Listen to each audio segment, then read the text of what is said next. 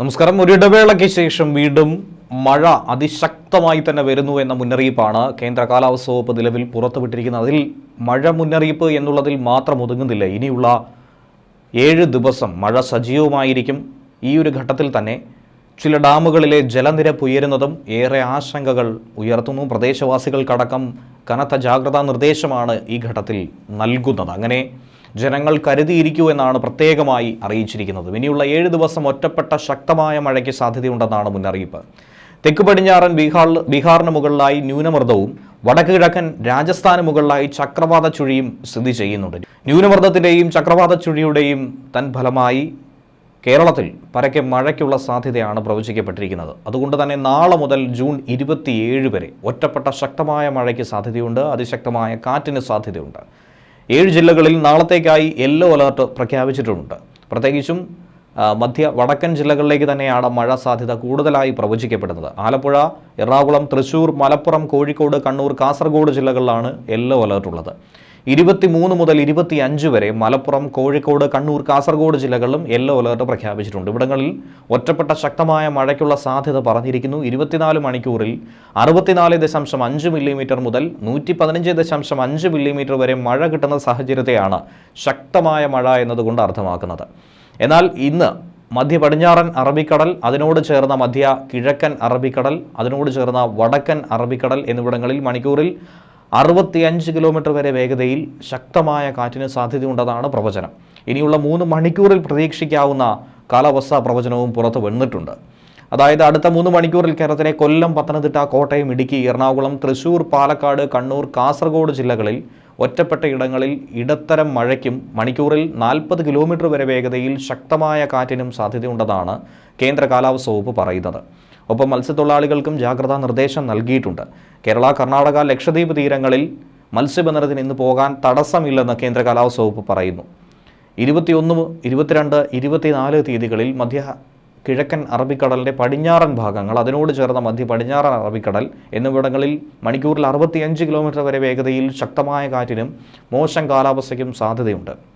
21-ാം തീയതി മധ്യകിഴക്കൻ അറബിക്കടൽ, അതിനോട് ചേർന്ന വടക്ക് കിഴക്കൻ അറബിക്കടൽ, അതിനോട് ചേർന്ന മധ്യ പടിഞ്ഞാറൻ അറബിക്കടലിൻ്റെ ചില ഭാഗങ്ങൾ, ഗുജറാത്ത് തീരം, വടക്കൻ കൊങ്കൺ തീരം, വടക്കൻ ആന്ധ്രാപ്രദേശ് തീരം, മധ്യ ബംഗാൾ ഉൾക്കടൽ, തെക്ക് പടിഞ്ഞാറൻ ബംഗാൾ ഉൾക്കടൽ, അതിനോട് ചേർന്ന തെക്ക് കിഴക്കൻ ബംഗാൾ ഉൾക്കടൽ എന്നിവിടങ്ങളിൽ മണിക്കൂറിൽ 60 കിലോമീറ്റർ വരെ വേഗതയിൽ ശക്തമായ കാറ്റിനും മോശം കാലാവസ്ഥയ്ക്കും സാധ്യത പറയുന്നു. 22-നും 25 വരെയും മധ്യ പടിഞ്ഞാറൻ അറബിക്കടൽ, അതിനോട് ചേർന്ന മധ്യ കിഴക്കൻ അറബിക്കടൽ, വടക്കൻ അറബിക്കടൽ, അതിനോട് ചേർന്ന തെക്ക് പടിഞ്ഞാറൻ അറബിക്കടൽ എന്നിവിടങ്ങളിൽ 65 കിലോമീറ്റർ വരെ വേഗതയിൽ ശക്തമായ കാറ്റിന് സാധ്യതയുണ്ടെന്ന് പറയുന്നു. 22-ാം തീയതി മുതൽ 23-ാം തീയതി വരെ മധ്യ കിഴക്കൻ അറബിക്കടൽ, അതിനോട് ചേർന്ന വടക്ക് കിഴക്കൻ അറബിക്കടൽ, അതിനോട് ചേർന്ന മധ്യ പടിഞ്ഞാറൻ അറബിക്കടൽ, ഗുജറാത്ത് തീരം, കൊങ്കൺ തീരം, വടക്കൻ ആന്ധ്രാപ്രദേശ് തീരം, അതിനോട് ചേർന്ന തെക്കൻ ആന്ധ്രാപ്രദേശ് തീരം, മധ്യ ബംഗാൾ ഉൾക്കടൽ, തെക്ക് പടിഞ്ഞാറൻ ബംഗാൾ ഉൾക്കടൽ, തെക്ക് കിഴക്കൻ ബംഗാൾ ഉൾക്കടൽ, ആൻഡമാൻ കടൽ എന്നിവിടങ്ങളിലൊക്കെ മണിക്കൂറിൽ 40 മുതൽ 50 കിലോമീറ്റർ വരെയും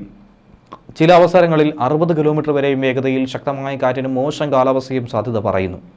23-ാം തീയതി മധ്യകിഴക്കൻ അറബിക്കടലിൻ്റെ പടിഞ്ഞാറൻ ഭാഗങ്ങൾ, അതിനോട് ചേർന്ന മധ്യ പടിഞ്ഞാറൻ അറബിക്കടൽ, മധ്യ പടിഞ്ഞാറൻ ബംഗാൾ ഉൾക്കടൽ എന്നിവിടങ്ങളിൽ മണിക്കൂറിൽ 45 മുതൽ 55 കിലോമീറ്റർ വരെയും ചില അവസരങ്ങളിൽ അത് 65 കിലോമീറ്റർ വരെ വേഗതയിലും ശക്തമായ കാറ്റിനും മോശം കാലാവസ്ഥയ്ക്കും സാധ്യത ഉണ്ടാക്കുന്നു. 24-ാം തീയതി മധ്യ കിഴക്കൻ അറബിക്കടൽ, അതിനോട് ചേർന്ന മധ്യ പടിഞ്ഞാറൻ അറബിക്കടൽ, വടക്ക് കിഴക്കൻ അറബിക്കടൽ, തെക്കൻ അറബിക്കടൽ, ഗുജറാത്ത് തീരം, കൊങ്കൺ തീരം, ആന്ധ്രാപ്രദേശ് തീരം, ഒഡീഷ തീരം, പശ്ചിമ ബംഗാൾ തീരം, വടക്ക് പടിഞ്ഞാറൻ ബംഗാൾ ഉൾക്കടൽ, മധ്യ ബംഗാൾ ഉൾക്കടൽ, തെക്ക് പടിഞ്ഞാറൻ ബംഗാൾ ഉൾക്കടൽ, ആൻഡമാൻ കടൽ എന്നിവിടങ്ങളിലൊക്കെ 60 കിലോമീറ്റർ വരെ വേഗതയിൽ ശക്തമായ കാറ്റിന് സാധ്യതയുണ്ടെന്നും ഇക്കൂട്ടത്തിൽ തന്നെ പറയുന്നുണ്ട്. ഈ ഒരു ഘട്ടത്തിൽ മൈനർ ഇറിഗേഷൻ ചേലക്കര സെക്ഷൻ്റെ അധീനതയിലുള്ള അസുരൻകുണ്ട് ഡാം റിസർവോയറിൻ്റെ ജലനിരപ്പ് 8.6 മീറ്ററിൽ എത്തിയതുകൊണ്ട് തന്നെ 2ാം ഘട്ട മുന്നറിയിപ്പ് കൊടുത്തിരിക്കുകയാണ്. ജലനിരപ്പ് 8.8 മീറ്ററായി ഉയർന്നു കഴിഞ്ഞാൽ ഡാമിലെ ഷട്ടറുകൾ ഉയർത്തി അധിക ജലം പുറത്തേക്ക് ഒഴുക്കി വിടേണ്ടതാണ്.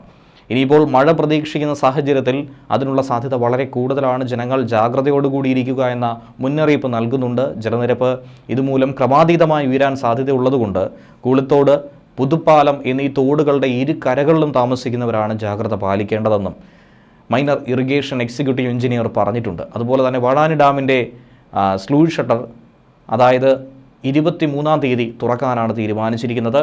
വാഴാനി ഡാമിൽ റൂൾ കർവ് പാലിക്കാൻ വേണ്ടിയിട്ടാണ് ജൂൺ 23-ാം തീയതി രാവിലെ 11 മുതൽ സ്ലൂയിസ് ഷട്ടർ ഉയർത്തി പരിമിതമായ അളവിൽ വടക്കാഞ്ചേരി പുഴയിലേക്ക് ഈ വെള്ളം തുറന്നു വിടുമെന്നാണ് അസിസ്റ്റന്റ് എക്സിക്യൂട്ടീവ് എഞ്ചിനീയർ പറയുന്നത്.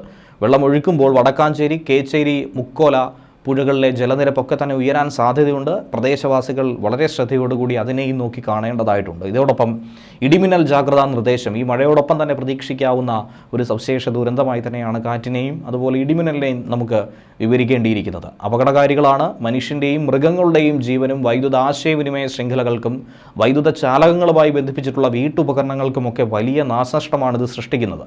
അതുകൊണ്ട് തന്നെ കാർമേഘം കണ്ടു തുടങ്ങുന്ന സമയം മുതൽ തന്നെ പൊതുജനങ്ങൾ മുന്നറിയിപ്പ് നടപടികൾ സ്വീകരിക്കേണ്ടതാണ്. ഇടിമിന്നൽ എപ്പോഴും ദൃശ്യമാകണമെന്നില്ല. അതുകൊണ്ട് ഇങ്ങനെയുള്ള മുൻകരുതൽ നടപടികൾ സ്വീകരിക്കൽ നിന്നും ഒരു കാരണവശാലും വിട്ടു നിൽക്കരുത്.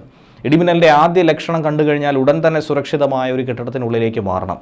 തുറസായ സ്ഥലങ്ങളിൽ തുടരുന്നത് ഇടിമിന്നൽ ഏൽക്കാനുള്ള സാധ്യത വർദ്ധിപ്പിക്കും. ശക്തമായ കാറ്റിനും ഇടിമിന്നലിനും സാധ്യതയുള്ള ഘട്ടത്തിൽ ജനലും വാതിലും അടച്ചിടണം. വാതിലിലും ജനലിലും അടുത്ത് നിൽക്കാതെ ഇരിക്കണം. കെട്ടിടത്തിനകത്ത് തന്നെ ഇരിക്കണം. പരമാവധി ഭിത്തിയിലോ തറയിലോ സ്പർശിക്കാതിരിക്കാൻ ശ്രമിക്കണം. ഗ്രഹോപകരണങ്ങളുടെ വൈദ്യുത ബന്ധം വിച്ഛേദിക്കുക. വൈദ്യുതോപകരണങ്ങളുമായിട്ടുള്ള സാമീപ്യം ഇടിമിന്നുള്ള സമയത്ത് ഒഴിവാക്കണം. ഇടിമിന്നുള്ള സമയത്ത് ടെലഫോൺ ഉപയോഗിക്കുന്നതും ഒഴിവാക്കണം. മൊബൈൽ ഫോൺ ഉപയോഗിക്കുന്നതുകൊണ്ട് കുഴപ്പമില്ല. അന്തരീക്ഷം മേഘാവൃതമാണെങ്കിൽ തുറസായ സ്ഥലത്തും ടെറസിലും കുട്ടികൾ ഉൾപ്പെടെ കളിക്കുന്നത് ഒഴിവാക്കണം.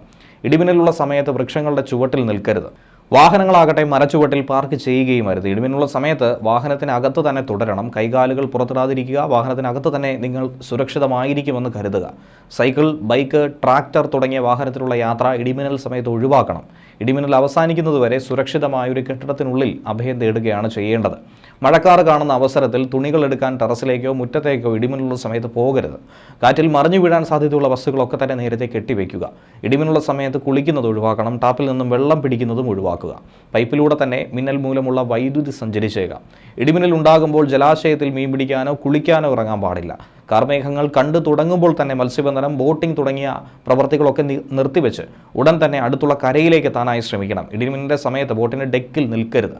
ചൂണ്ടയിടുന്നതും വലയെറിയുന്നതും ഇടിമിന്നലുള്ള സമയത്ത് നിർത്തിവെക്കുകയും വേണം. ന്യൂസ് ഡെസ്ക് മലയാളി വാർത്ത ഇൻസൈറ്റ്.